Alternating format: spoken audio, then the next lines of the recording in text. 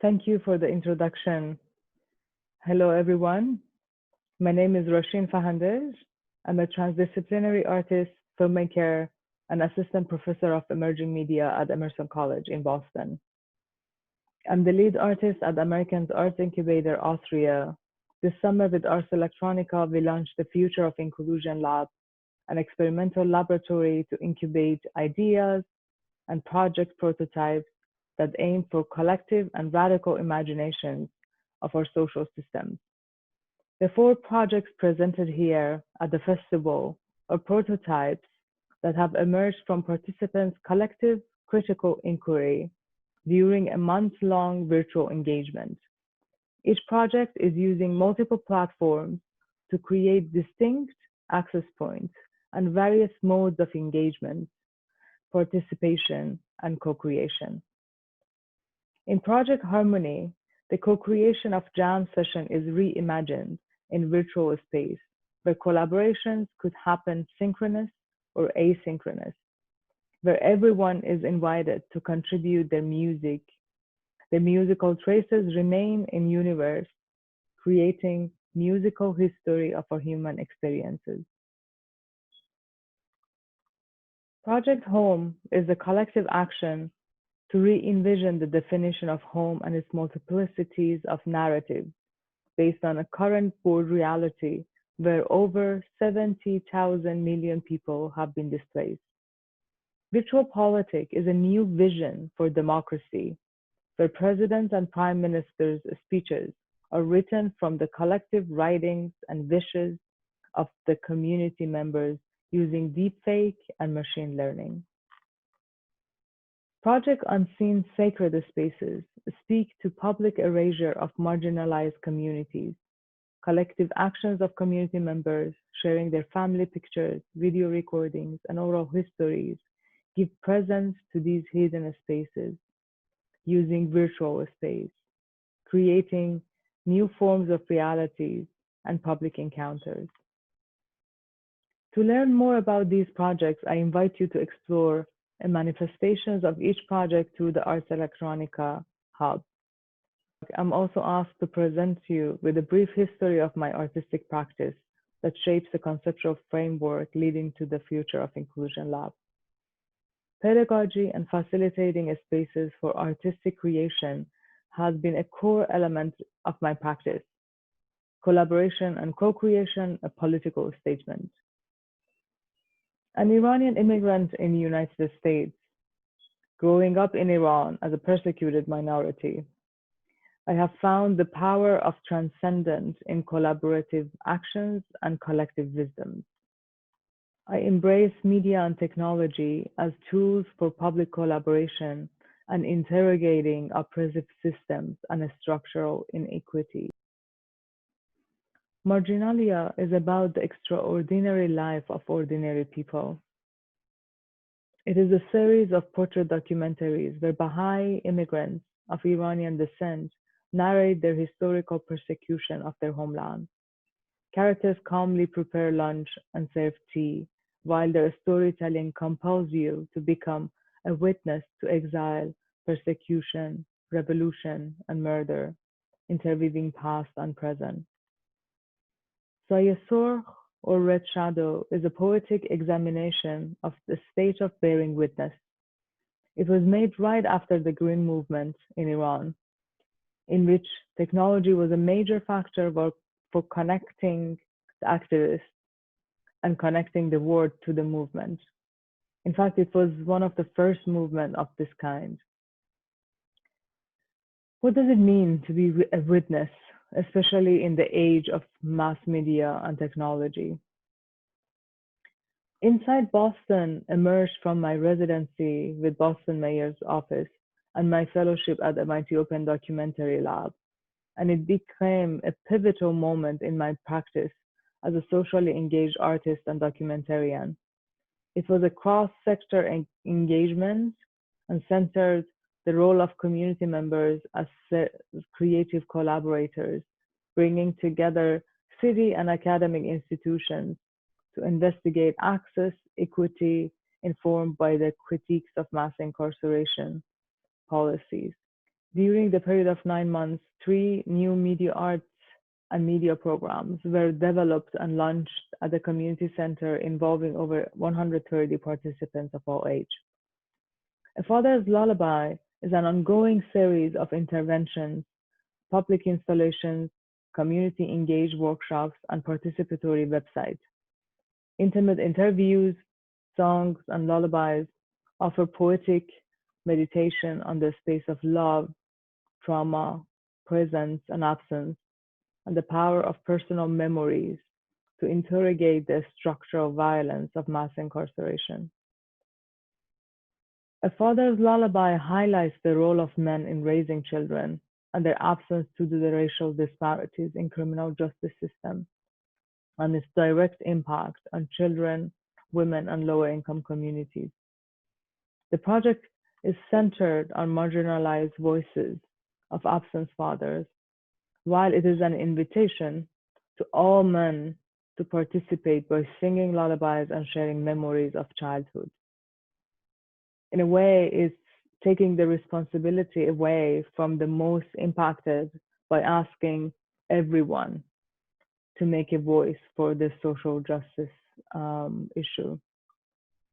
Some of the core questions leading the process has been how the artistic and poetic interventions can shape new communities of love and consideration that hold these stories at the center of our understanding of economic and racial inequities in criminal justice system in US, how the process of art making could become a giving space, creating educational programs in which you work and co-create together, grounding the efforts in the expertise of the lived experiences of community members, how we need to consider the entire ecosystem of relationships, public sites, tools, and technology when we are creating. And one of the core questions is that how the human society is a complex ecosystem. Social challenges do not exist in isolation, and they are a network of issues interconnected. And to address the social justice challenge and its layers of complexity and interconnectivity with other forms of injustices, I have become an advocate for art as ecosystem, which I define it as a network of collaborations with multiplicity of narratives that investigate social systems and occupies public sites as a critical discourse. A network of collaborations that they do not isolate social challenge in a vacuum, but bring attention to the web and the system. And I wanted to present you with some of the data that the project has been based on. In United States, since 1970, our incarceration population has increased by 700%. In fact, United States incarcerates more people in both number and per capita than any other nations in the world. Also, based on the Brennan Center for Justice at the NYU School of Law, America now houses roughly the same number of people with criminal records that it does four-year colleges, four-year college graduates. So with the Father's Lullaby, one of the main effort has been to create these cross-sectional and intersectional encounters that people from different parts of the story come together to tell their narratives and stories. A Father's Lullaby moves across multiple platforms, and co-creation creates this opportunity to bring people from a spectrum of experiences to create work together, from formerly incarcerated men to fathers who are federal probation officers. And one of the most important aspects of the project is to bring attention to the moral responsibility that everyone has to speak out on social injustices, not just those who are most impacted. And that's how that element that community members are participating through their own intimate memories and lullabies that they remember from their childhood has been always intertwined and intersect with the deepest stories and memories that fathers who have been incarcerated shared. And the space of installation creates an organic cross pollination of experiences between those who have been in prison and those who have not. And each manifestation of the project is an state of inquiry, exploring the capacity of immersive, augmented experiences to bring communities together, transgress borders, and expose gaps in how we frame our views. So I want to thank you for being with us today, and I would like to end with a short video that is a collage of a 26-minute immersive experience from one of the installations of A Father's Lullaby. Thank you.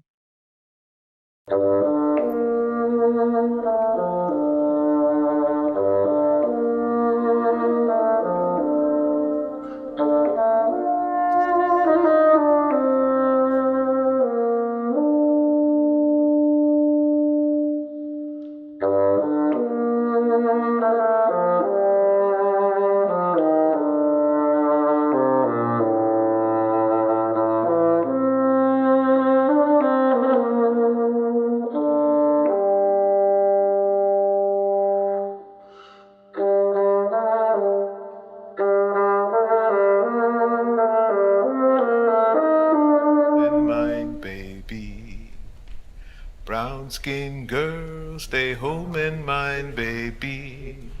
I'm going away on a sailing boat, and if I don't come back, stay home and mind, baby. She's standing right in front of me, speaking words of wisdom. Let it be.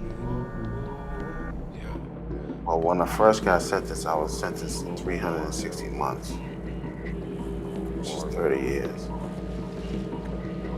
My 28-year-old son now, he was 7 years old. And twins, they were 45 days old. Now I've just been released a few months ago. They're 21 now.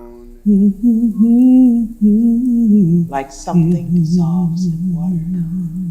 Like something dissolves in water. Dissolves in water. Place where their lullabies like transcend, dissolves in rattling bones and earth side thing dissolves in water. When I go to my brother and I say, brother, help me please.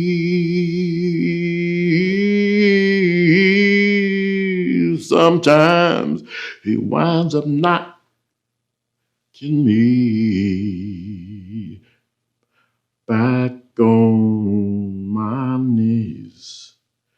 Well, there have been times when I thought I couldn't last for long, but somehow I'm able to carry on. It's been a long, long time coming. Beneath a load of guilt and shame,